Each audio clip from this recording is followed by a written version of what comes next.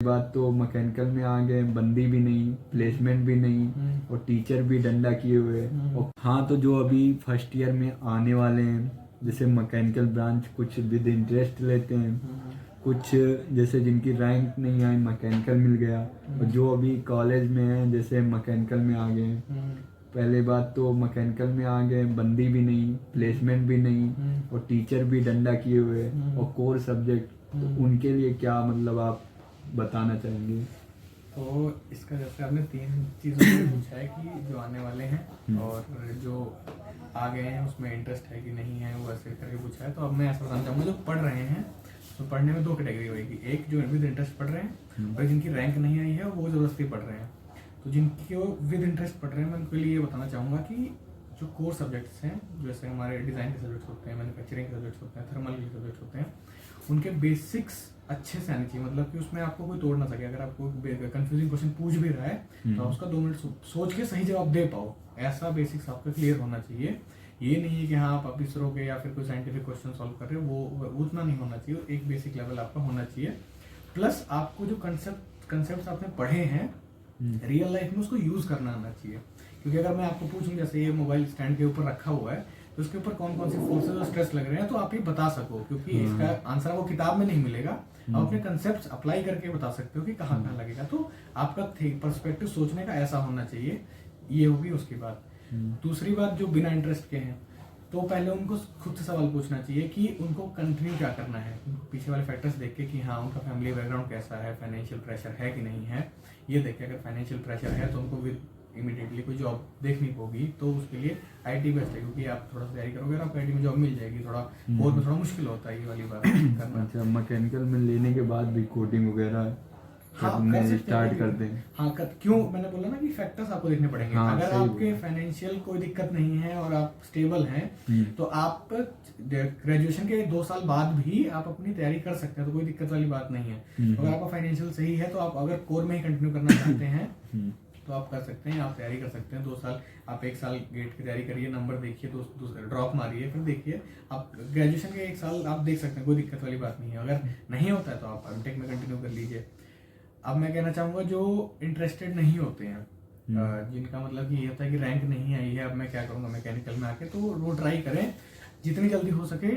ये आपने जैसे बताया कि वो अपना स्विच करने का कि आपका ब्रांच स्लाइड हो जाए या फिर कॉलेज चेंज हो जाए, तो ये ट्राई करें कि हो जाए। क्योंकि अगर आप मैकेनिकल में रहेंगे तो आप ऐसा चीतों के बीच में रह के शेर नहीं बन सकते, ठीक है ना। तो ये मैं कह रहा हूँ, तो उसके लिए आपको उसी माहौल में जाना पड़ेगा। अब क्योंकि मैकेनिकल में फिर आपको पास होने के लिए, अगर आप मैकेनिकल में रह जाओगे तो पास होने के मैकेनिकल पढ़ना पड़ेगा, और साथ में जॉब लेने के लिए आपको, अगर आप आईटी में इंटरेस्ट है तो आपको आईटी में भी पढ़ना पड़ेगा, तो वो डबल प्रेशर आ जाएगा। इसीलिए तो आप उसमें चले जाओ। अगर मान लो आप नहीं जा सकते हो तो आप ये करो कि एक आपके कंसिस्टेंटली नंबर आते रहे, मतलब आप थोड़ा थोड़ा एवरेज पढ़ाई करते रहो, लेकिन ज्यादा फोकस आप अपने स्किल्स पे करो। जो आईटी के स्किल्स होते हैं उसको डेवलप करो और अपना एक वो बनाओ, नेटवर्क क्रिएट करना शुरू करो, लिंक्डइन पे जॉब ढूंढना शुरू करो, अपने सीनियर से इंटरेक्ट करो जो कि आईटी में है कि हाँ सर मैं मैकेनिकल से हूँ, मुझे जॉब मिल सकती है कि नहीं मिल सकती है, मैं ऐसे ये चीज़ पढ़ रहा हूँ और मेरा इसमें इंटरेस्ट है, बैक एंड में या सॉफ्टवेयर वेब डेवलपमेंट में है, ऐप डेवलपमेंट में है, किस में है, उस हिसाब से आप अपने आप को एक्सप्लोर करिए, लोगों से बात करिए सीनियर से। अगर सीनियर नहीं है तो आप किसी भी कॉलेज के बच्चे को या फिर सीनियर को आप लिंक्डइन पे मैसेज कर सकते हैं। लिंक्डइन बहुत अच्छा टूल है, अगर आप यूज करना चाहें तो आप उसमें मैसेज करके उनको पूछिए कि मैं इस ईयर में हूँ और मैकेनिकल में हूँ, जो ब्रांच चेंज नहीं कर सकता और मुझे आईटी में जाना है, तो उसके लिए मैं क्या पढ़ूँ, आप क्या सजेस्ट करोगे, तो वो खुद ही आपको सजेस्ट कर देगा। तो ये उनकी होगी। तो और जो आने वाले हैं अभी, हाँ आने वाले हैं, तो मैं उनका ये ट्राई करूंगा कि वो पहले खुद से सवाल पूछ लें कि उनको आईटी में जाना है या सीएस मैकेनिकल में जाना है, मतलब सर्किटल में रहना है या फिर नॉन सर्किटल में कोर ब्रांचेस में जाना है। अगर पेरेंट्स थोड़ा प्रेशर मार रहे हैं कि नहीं नहीं आपको तो कोर ही लेना पड़ेगा क्योंकि एवरग्रीन ब्रांचेस हैं, तो आप थोड़ी देर वो प्रेशर लीजिए, सही है, और उनको समझाइए कि नहीं आपका इंटरेस्ट नहीं है उसके अंदर। थोड़े दिन बोलेंगे लेकिन वो मान जाएंगे, क्योंकि वो भी आपको भला ही चाहते हैं और आपको वो कहीं ऐसी अंधेरे में नहीं ढकेलेंगे जहाँ आपका मन नहीं लगता हो। वो भी आपको भला चाहते हैं, आपको बोलते इसीलिए कि वो चाहते हैं कि आप कुछ अच्छा करो। लेकिन अगर आपको नहीं मन है तो उनको समझाओ कि नहीं नहीं ऐसा है, मैंने लोगों से बात करी है, ऐसा ऐसा है और मैं ये ब्रांच लेना चाहूँगा, तो वो आपको सपोर्ट करेंगे। तो क्योंकि आप जानते हो कि हाँ आपको आईटी में जाना है, सीएससी में जाना है, फिर भी आप मैकेनिकल ले रहे हो जस्ट बिकॉज ऑफ ये कि मेरे को नहीं मिला, तब थोड़े लोअर कॉलेज में अप्लाई कर दो, कोई दिक्कत नहीं है आपको। आप आपकी स्किल्स अच्छी होंगी तो आपको प्लेसमेंट या जॉब ऐसे ही मिल जाएगी। ये बात है। आप जरूरी नहीं है, हाँ अगर आपका लेवल 2 कॉलेज में हो रहा है और मैकेनिकल में हो रहा है तो ट्राई करो आप लेवल 3 कॉलेज में सीएससी में ले लो, क्योंकि फिर वो आपके लिए सही रहेगा। ये बात है। और फिर अभी आप बस अब ग्रेजुएशन इसी में कंप्लीट हो जाएगा 2023? हाँ मेरा 21-23 बैच है मेरा। बीटेक सॉरी एमटेक कंप्लीट हो जाएगा, उसके साथ ही कंप्लीट होते ही मैं हेवल्स में फ्यूचर ज्वाइन कर लूँगा। अभी तो इंटर्नशिप है, थीसिस मेरी हो चुकी है एमटेक की, और अब बस मुझे लिखनी है और प्रेजेंट करनी है। अब इसके अलावा जैसे कॉर्पोरेट लाइफ और कॉलेज लाइफ, क्या मतलब कौन सी लाइफ अच्छी लगी? मुझे मेरे पर्सनल व्यू में मेरे को दोनों इंडिपेंडेंटली दोनों अच्छी लगी। क्यों? कॉलेज में आपको जिम्मेदारी नहीं होती, आप इंजॉय कर सकते हैं, और एक जो कॉर्पोरेट में होता है एक सेंस ऑफ रिस्पॉन्सिबिलिटी होती है, उसका भी एक अलग मजा होता है कि अब आपके ऊपर जिम्मेदारी है, आपके ऊपर कोई भरोसा करता है, आपको काम बोलता है और आप उस काम को जिम्मेदारी से निभाते हो, तो और फिर उसके बाद आपको उसका अवार्ड एज अ इनकम के रूप में मिलता है और आप फाइनेंशियली इंडिपेंडेंट हो जाते हो, अब आप अपने पैरों पे खड़े हो जाते हो, तो उसका एक अलग मजा है। दोनों अलग अलग चीजें हैं, हम किसी को एक दूसरे कंपेयर करके एक दूसरे को खराब नहीं बोल सकते। दोनों इंडिपेंडेंटली बहुत दोनों अच्छी चीजें हैं। तो और कॉलेज में हो तो कॉलेज अच्छे से एंजॉय करो, जब कॉलेज बीत जाए तो आप अपने कॉर्पोरेट लाइफ में एंटर करिए और उसको अच्छे से एंजॉय करिए, और जब कभी मौका मिले तो कॉलेज भी आइए। जैसे प्लेसमेंट वगैरह तो हो गया, मतलब लाइफ सेटल है, अब फ्यूचर प्लान क्या है? अब फ्यूचर प्लान यही है, जो अभी कर रहे हैं उसमें अच्छा करते रहें, नई नई चीजें सीखते रहें, और अभी बीटेक हो गया, एमटेक हो गया है, तो एमबीए भी सोच लेते हैं। अच्छा। और बाकी शादी वगैरह का क्या? वो तो जब होगा भगवान की इच्छा से हो ही जाएगा। फैमिली वालों की मर्जी से या खुद ही ढूंढ लेंगे? देख लेंगे, जो आएगा मिल जाएगा। घर वाले जैसे घर वाले बोलते नहीं, जैसे कुछ रिश्तेदार कब तक पढ़ाओगे इसको, शादी वादी कर दो, कब तक पढ़ता वैसा रहेगा? प्रेशर तो मेरे ऊपर आ चुका है, क्योंकि विद इन 3 ईयर और 4 ईयर मेरा विकेट गिर ही जाएगा। मुझे ऐसा फील आ रहा है कि अब घर वाले भी उतावले हो गए कि नहीं अब तो नौकरी लग गई है, अब कर ही दो, अब क्या ही करेगा मजे, उसको बांध दो फटाफट, तो ऐसा हो ही गया है, तो हो जाएगा। मतलब घर वाले विकेट गिराएंगे या खुद ही मतलब अपने मर्जी से ढूंढ लेंगे? वो अब खोज चालू है, अगर मुझे जिसको पहले मिल गया उसको। अच्छा, खोज चालू है, अगर मुझे मिल गया तो ठीक है, घर वाले ढूंढ देते हैं। हाँ तो भी ठीक है। अच्छा, जो मिल, जैसे एक कहावत सुनी थी, कुमार विश्वास ने कहा था कि मन का हो तो अच्छा, ना हो तो और भी अच्छा। बिल्कुल, बिल्कुल। क्योंकि जब आपके मन का नहीं होता तो भगवान के मन का होता है, और उनको लार्जर पर्सपेक्टिव होता है आपका, वो सबसे अच्छा होता है। तो वो सही है। इसीलिए जो मिल रहा है अब आप उसको मेहनत करते रहिए, मजा आता रहेगा।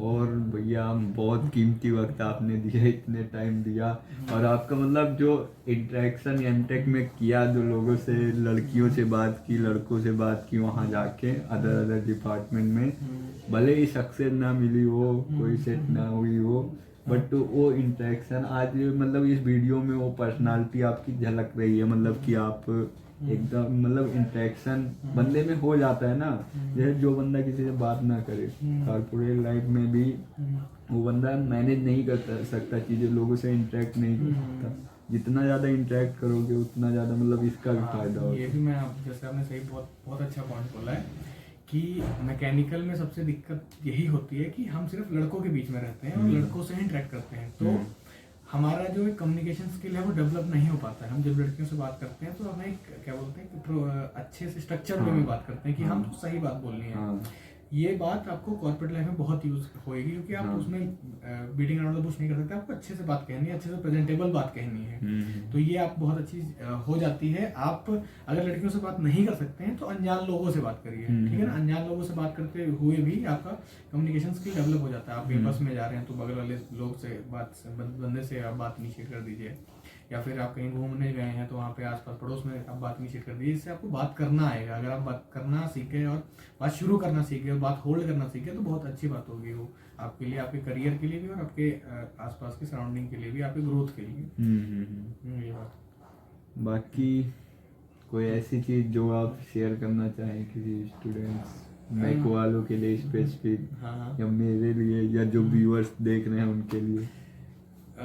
मैं तो यही कहूँगा कि मैंने एक चीज़ बहुत अच्छी सीखी जो मैंने कॉलेज में जो मैंने था वो मैंने अमल कर रहा था, और मैं बाद में उसका रिग्रेट करता हूँ कि लोग क्या कहेंगे।